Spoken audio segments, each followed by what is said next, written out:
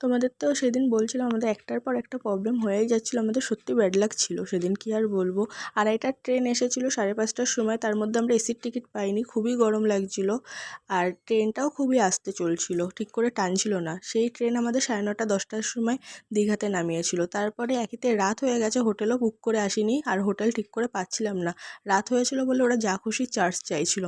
যাই হোক, কোনো মতে একটা হোটেলে উঠলাম। পরের দিন সকালবেলা ঘুম থেকে উঠে আমরা সবাই মিলে বিচের দিকে হাঁটতে এসেছিলাম। তারপর যখন হোটেলে যাই, আমাদের একটা হোটেল দেখে পছন্দ হয়েছে নিউ দীঘাতেই, সেটা হলো রিভা হোটেল। তো হোটেলটা সত্যি ভালো ছিল, আর এদের সার্ভিসটাও খুব ভালো ছিল। আর এই যে হোটেলের রিভিউটা তোমাদের দেখিয়ে দিচ্ছি। কিন্তু সত্যি কথা শোনো, কোথাও ঘুরতে গেলে না হোটেল আগের থেকে বুক করে যাওয়াই বেটার, কারণ এই গিয়ে বুক করাটা খুবই ঝামেলার। আর ঝামেলার থেকেও বড় কথা, মানে আগের থেকে বুক না করলে না ওরা যা খুশি চার্জ চাইতে থাকে। যাই হোক, নেক্সট পার্ট দেখার জন্য সাবস্ক্রাইব মাই চ্যানেল।